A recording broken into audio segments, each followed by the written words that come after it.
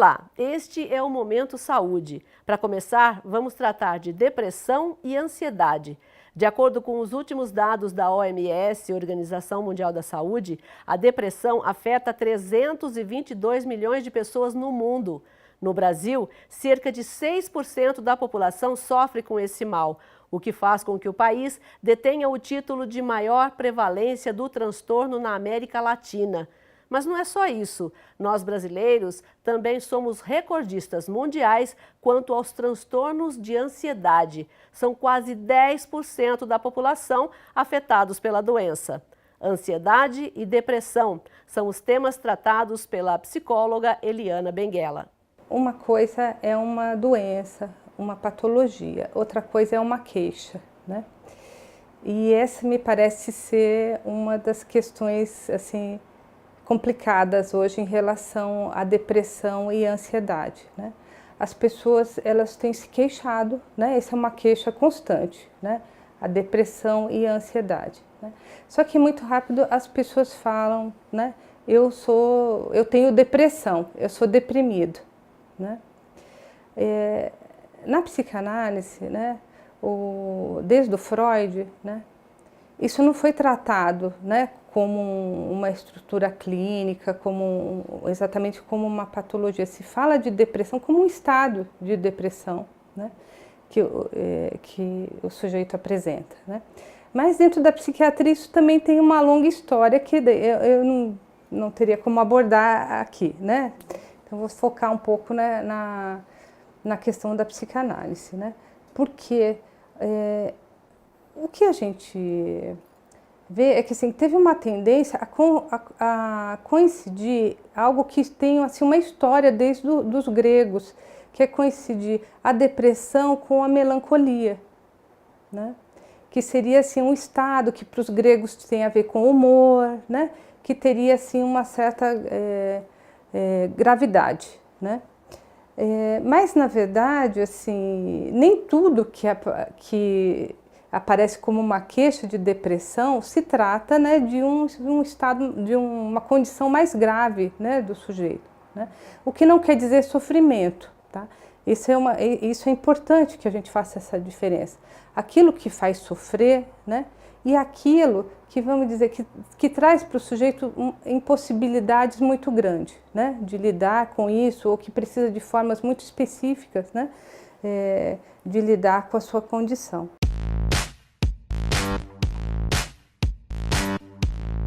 O Freud, né, ele teve assim, alguns trabalhos onde ele falou mais assim, de depressão, né? Um dos textos é o Luto e Melancolia, né, onde ele vai falar sobre a dificuldade, né, das pessoas, né, de como se processa, né, a elaboração de uma perda, né?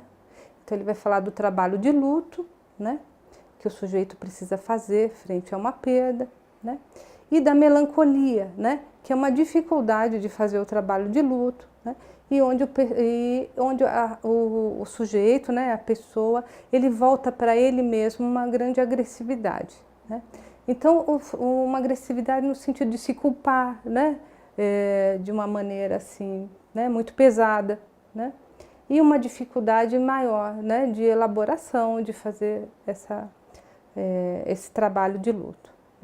Então, para o Freud, né, isso não se tratava exatamente... Quando ele fala de depressão nesse texto, ele está falando de um estado, né? E quando a gente recebe na clínica, também do ponto de vista da psicanálise, a gente não pode entender exatamente como um sintoma, mas como uma queixa, né? Porque para a psicanálise o sintoma tem a ver com alguma coisa que é próprio, né, de cada um, né? E essa é uma queixa, vamos dizer, bastante comum, né? Ela precisa ser escutada.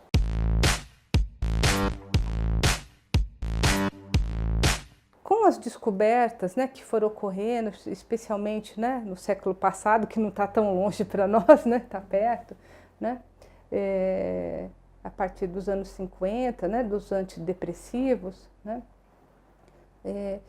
que realmente tinham ali, né, uma ação, né, sobre as pessoas, se percebeu que esses antidepressivos, eles tinham não só uma ação para sujeitos que tinham uma certa gravidade, mas para muitas pessoas, né? Então, isso facilitou o entendimento, né, da depressão como uma patologia, como se houvesse uma inversão, né, e entender que tudo seria por uma causa química, orgânica, que estaria faltando uma química no organismo, né. Sendo assim, eu acho que assim, eu não vou dizer a psiquiatria exatamente, que a psiquiatria tem uma longa história, né, mas teve um grande avanço, né, da indústria farmacêutica, né, no sentido de oferecer o que falta às pessoas, né, que se sentem deprimidas, né, que se queixam de uma depressão, né. Depressão seria assim, uma dificuldade, né, de uma perda, né, de energia, né, de libido, de se relacionar, um certo desencorajamento com a vida, né, e uma dificuldade muitas vezes até de falar sobre isso, né. Então, para essa dificuldade foi oferecido assim uma coisa que seria um pouco mais assim, uma solução rápida, né. Só que hoje em dia a gente vê que isso não é bem assim, né? Que isso é uma ajuda, né? Quer dizer, o problema não é o remédio em si, o problema é o lugar que o remédio foi tomando na vida das pessoas, né? Porque isso, de fato, não resolve algumas questões do sujeito, né? E isso veio a coincidir com uma questão que é da modernidade também, porque o que a gente tem, né, é uma busca desenfreada por uma felicidade rápida, né? Então isso é algo que, vamos dizer, né, da nossa sociedade, né, nem é modernidade, sociedade contemporânea, né? Tudo precisa ser resolvido de uma forma muito rápida, né? E isso, de fato, assim, não acaba se desdobrando não como uma solução para as pessoas, mas como um problema, né? Então a gente vê o aumento também das queixas de ansiedade, né? Então, vamos dizer, essa solução pela medicação, né, ela não é bem uma solução para resolver a questão do sujeito com a sua vida, com o seu desejo, né? Mas ele pode criar ali, vamos dizer, um momento, né, para situações muito difíceis, né, assim, onde a pessoa está realmente muito impossibilitada, vamos dizer, uma certa trégua, né, para o sujeito, né? Outra coisa, a medicação, ela também atua de forma muito diferente. Depois de um tempo usando a medicação também é preciso pensar, né, como que essas pessoas realmente estão, né? Então você vê hoje já relatos, né, de que essas soluções elas duram um tempo, mas as pessoas mesmo voltam a trazer, né, essa problemática, né?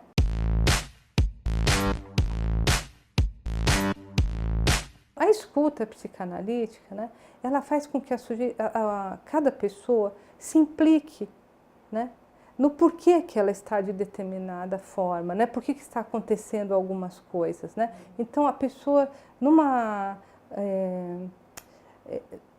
junto aí a um analista, né, ela começa, né, a se confrontar, né, com aquilo que a levou, né? Ninguém fica deprimido de um dia para o outro.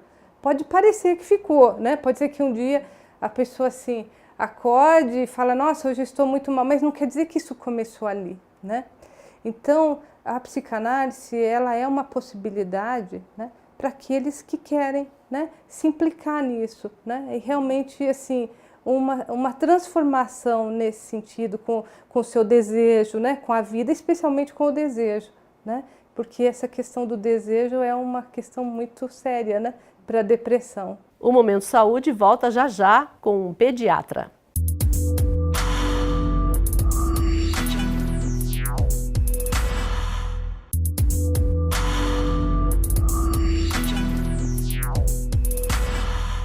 Autor de diversos livros, sempre tendo como base o bem-estar e o desenvolvimento das crianças, o pediatra e presidente da Academia Brasileira de Pediatria, José Martins Filho, fala sobre um dos seus títulos mais lidos, A Criança Terceirizada. Esse é um termo que não foi criado por mim, outras pessoas iniciaram esse tema, né?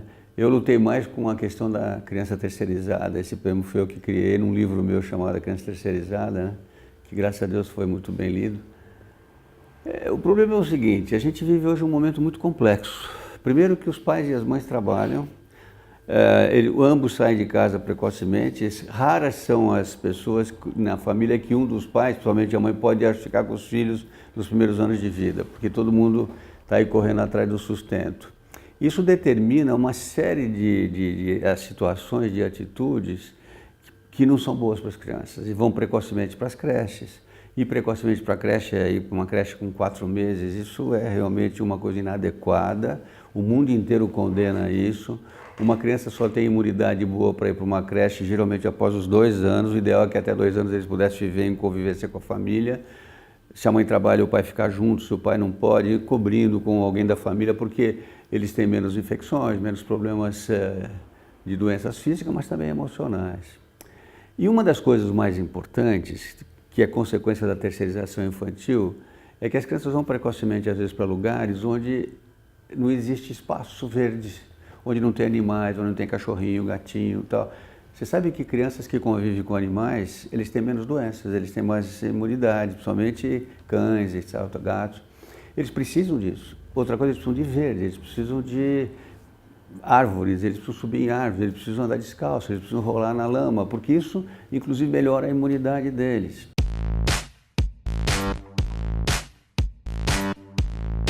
Infelizmente, este termo desencarceramento e terceirização são mais ou menos juntos.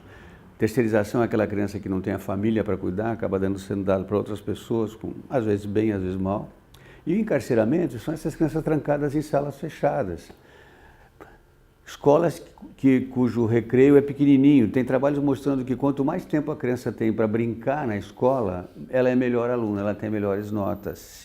Se ela tem aula de aritmética, matemática, português, mas ela tem meia hora para correr, brincar, correr com os amigos e tal, essa criança vai melhor na escola. As escolas têm que ter esses espaços, elas têm... Crianças que têm, mas tem brinquedoteca, são salas fechadas, às vezes até sem janela. Isso é um absurdo, né? Do ponto de vista não só da necessidade de tomar sol, de ficar num lugar mais adequado, mas também a necessidade de conviver com o mundo, né? Então, desencarceramento é isso, é liberar as crianças para viverem o mundo que está aí fora, que não é fácil numa cidade grande como São Paulo, mesmo já Campinas já está ficando assim, né?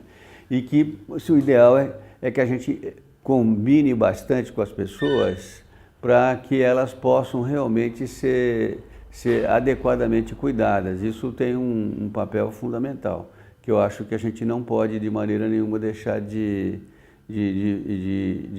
dar esse valor.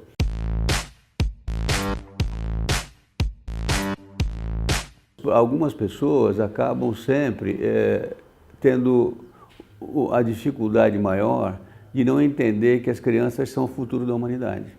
Se você tem uma infância feliz, se você dá para essas crianças espaço, se elas vivem em lugares mais adequados, se são bem acolhidas, elas têm muito mais chance de ser adultos felizes.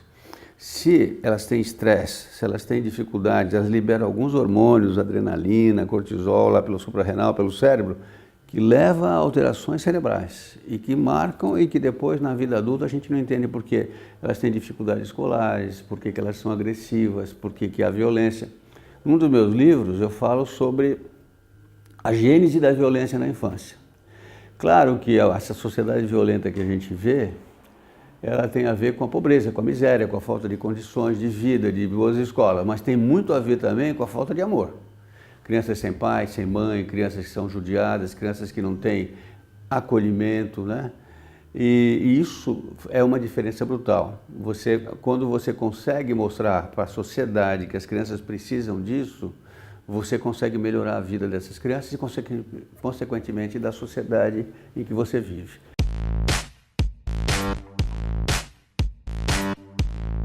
Seguramente, a sociedade moderna ela valoriza muito as áreas sociais que são produtoras, né? Então, crianças e velhinhos são marginalizados. As crianças vão para a creche precocemente para não dar trabalho e para os pais fazerem outra coisa, e os velhos também são colocados nos asilos para não atrapalhar. E só fica os produtores, os que trabalham, que ganham dinheiro, que não sei o quê, que os outros acabam sendo marginalizados. É isso que nós discutimos, a sociedade precisa entender isso.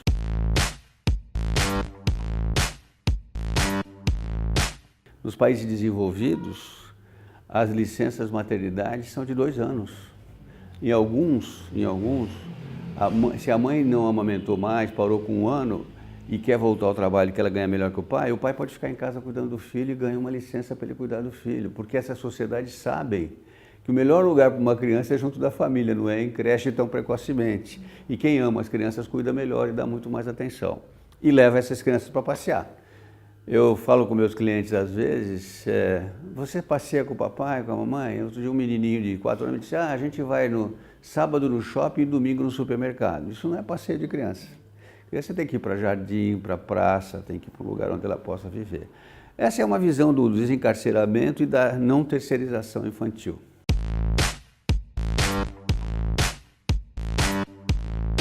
Esse é tema de um livro meu, quer dizer, na verdade, a primeira coisa que a gente tem que pensar, quando a mãe não tem condições de dar tudo que ela pode e precisa ter uma babá, se ela tem condições de ter uma babá, ela precisa entender que a babá não deve substituí-la, ela está ali para ajudar, não para ser a mãe. Porque senão a criança realmente muda o vínculo e começa a achar que a babá é a mãe. E isso é um problema sério. A nossa sociedade é uma sociedade muito especial, é uma sociedade que ainda tem babás. Em maior parte do mundo não existe babá, né? As pessoas têm família, as pessoas têm escolas, as pessoas têm condições de ficar com seus filhos, elas podem ficar mais tempo. Agora, não estou aqui dizendo que não existem boas babás, existem, mas elas precisam ser treinadas para não competir com a mãe, né? Ela não deve ser aquela criança que vai competir com a mãe e vai trabalhar com a mãe numa situação que não é a mais adequada, né? Isso tem a ver muito com o próprio desenvolvimento, né? Acho que o que não pode é você sair às 7 da manhã e entregar a criança para uma babá e chegar às 9 da noite. Isso não pode. Eu acho que isso está errado. Agora, eu sei que às vezes isso é uma coisa difícil, porque a pessoa tem que sobreviver, às vezes não tem condições, a mãe tem que trabalhar.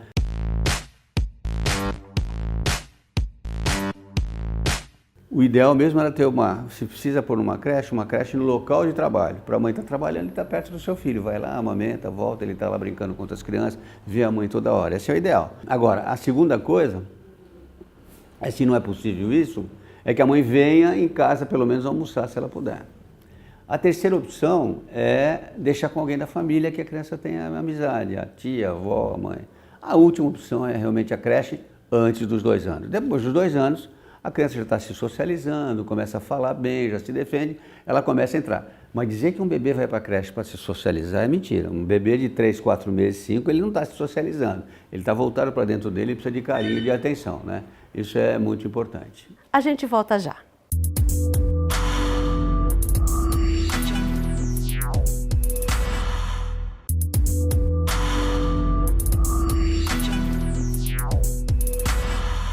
No último bloco desta edição do Momento Saúde, vamos saber como se forma um cirurgião cardíaco infantil. Conversamos com o Dr. Fernando Antoniali. Basicamente, o cirurgião cardíaco ele tem uma formação que acaba vindo da cirurgia geral, né? E da cirurgia geral depois passando para a cirurgia cardíaca. Isso estava até presente nesse ano e houve uma mudança. A partir desse ano a gente está permitindo até que seja direto do 6º ano para começar a fazer a cirurgia cardíaca. E aí, se houver um interesse pela cirurgia cardíaca infantil, normalmente esse profissional se dedica a isso e hoje existem até alguns centros que dão um curso de especialização na parte de cirurgia cardíaca infantil. Não é algo obrigatório, um cirurgião cardíaco formado em cirurgia cardíaca geral pode atuar na área da pediatria, na área infantil, só que como as cirurgias são bastante complexas, bastante graves, normalmente o cirurgião que se envolve com os casos mais complexos acaba tendo um treinamento muito relacionado a essa cirurgia cardíaca infantil. É um treinamento longo, não é um treinamento curto. Para você ter uma ideia, hoje só a residência de cirurgia cardíaca são 5 anos. Então nós teríamos 6 anos aí de graduação em medicina e depois mais 5 anos de cirurgia cardíaca, que é o modelo atual. Anteriormente eram 2 anos de cirurgia geral e mais 4 anos de cirurgia cardíaca, em alguns cursos 3 anos. A especialização permite que você atue com crianças tanto no período neonatal quanto crianças mais velhas. Você não é obrigado a ficar só trabalhando com um período da criança.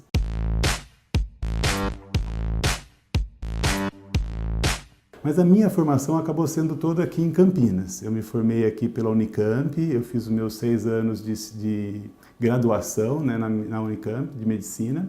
depois foram 2 anos de cirurgia geral e depois 3 anos de cirurgia cardíaca, tudo na Unicamp.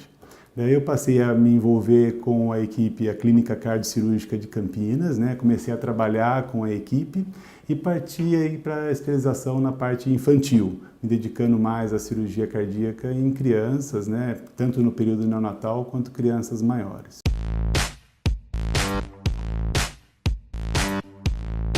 Mas não era essa a minha intenção, sabe? Quando eu vim para Campinas, eu lembro que eu prestei vestibular, passei, tinha opção de ir para outras faculdades, boas até, mas a ideia da Unicamp era por pesquisa. Eu sempre gostei muito da parte de pesquisa e, na verdade, queria fazer engenharia genética.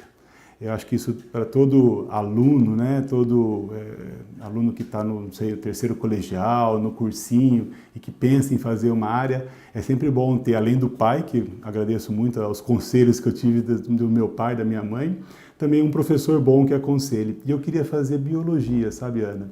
A minha ideia era fazer engenharia genética. Eu queria ser um pesquisador básico de engenharia genética. E aí, quando meu professor de biologia falou, não, mas você tem potencial para fazer medicina, vá fazer medicina, porque na medicina você pode fazer engenharia genética. E se você não gostar, você tem um leque muito mais amplo do que numa área que, de repente, te restrinja um pouco mais o campo de atuação. E aí, com isso, eu decidi fazer medicina, consegui passar no vestibular e logo nos primeiros 6 meses de curso já me envolvi com a pesquisa básica e realmente não gostei. E aí entra a história da minha esposa, que hoje, depois de 27 anos de namoro, 20 anos de casado, o pai dela é cirurgião, Dr. João Potelli, e ele, sendo cirurgião, ele me influenciou muito na minha escolha pela área cirúrgica, e depois ele é cirurgião vascular, na verdade. E aí eu acabei e falei assim, não, mas eu vou fazer algo que realmente eu acho que tem até um apreço, né, uma preocupação maior, uma dedicação maior, não desprezando, é claro, a cirurgia vascular, mas a cirurgia cardíaca e depois ainda mais a cirurgia cardíaca infantil realmente me fez envolver cada vez mais com a especialização.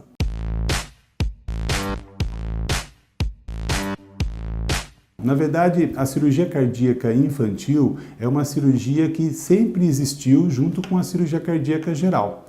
A questão de você fazer a cirurgia num paciente que tenha menos do que 18 anos, você, teoricamente, não estaria trabalhando com um adulto. Então, você trabalharia com o grupo infantil ou o grupo de adolescentes, jovens. Mas a questão é que não é uma área de atuação específica. Então, não existe a necessidade de que você tenha uma especialização específica para fazer a cirurgia cardíaca infantil. A cirurgia cardíaca infantil, ela só exige que o cirurgião tenha conhecimentos específicos na área. E para atingir esses conhecimentos, hoje existem as subespecializações, que você fica por 1 ano ou 2 anos junto a um grupo que faz esse tipo de cirurgia. A verdade é que quando o cirurgião cardíaco se envolve com a parte infantil, se ele não for atrás de se especializar basicamente nesse grupo, ele acaba ficando um pouco limitado a cirurgias menos complexas, porque infelizmente a complexidade vai cada vez aumentando mais conforme esse envolvimento acontece, né?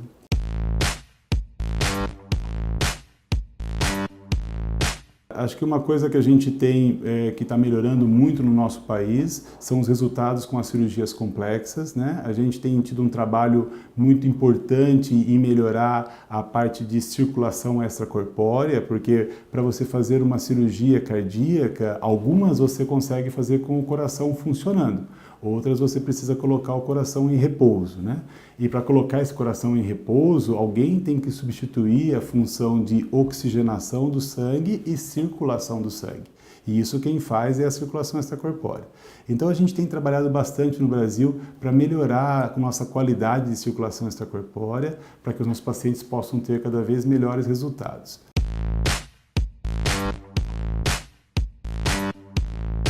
Além disso, o trabalho com procedimentos endovasculares, que envolvem um trabalho de conjunto não só do cirurgião cardíaco, mas também do hemodinamicista pediátrico, um médico que se especializa em fazer cateterismo de criança.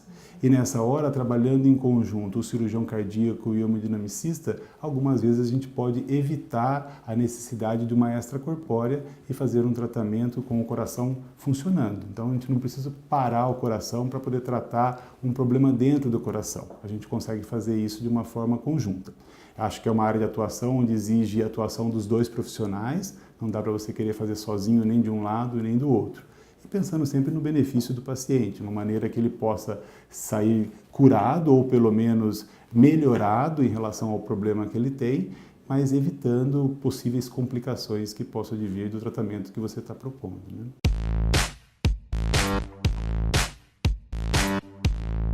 O tempo da circulação extracorpórea é um tempo que a gente tenta limitar o máximo possível, porque na verdade quanto mais tempo de circulação extracorpórea, mais complicação esse paciente tem. A gente sabe que até 2 horas é um tempo bastante seguro, 3 horas, às vezes alguns casos chegam a 4 horas, mas passando essas 3, 4 horas de circulação extracorpórea, já começamos a ter alguns problemas relacionados a realmente a inflamação, a alguma alteração de função renal, função cardíaca, função pulmonar. A gente protege o coração com algumas substâncias que realmente deixam o coração em repouso, ele está descansando e quando a gente precisar que ele volte a funcionar, ele volta bem. Mas se ele ficar por muito tempo, o retorno dele pode ser mais difícil. E por isso que existem alguns outros métodos. Então, se você não consegue resolver o problema com esse tempo pré-determinado, ou que você precisa depois manter o coração sobre uma assistência por maior tempo, aí a gente já tem um outro assunto, que é a questão da ECMO, que daí você usa uma outra máquina e essa máquina sim vai manter o coração desse paciente mais tempo em repouso, se for necessário, e o pulmão também. Mas não seria mais a circulação extracorpórea, que é uma confusão que se faz. A circulação extracorpórea ela é feita para que a gente possa fazer a cirurgia cardíaca.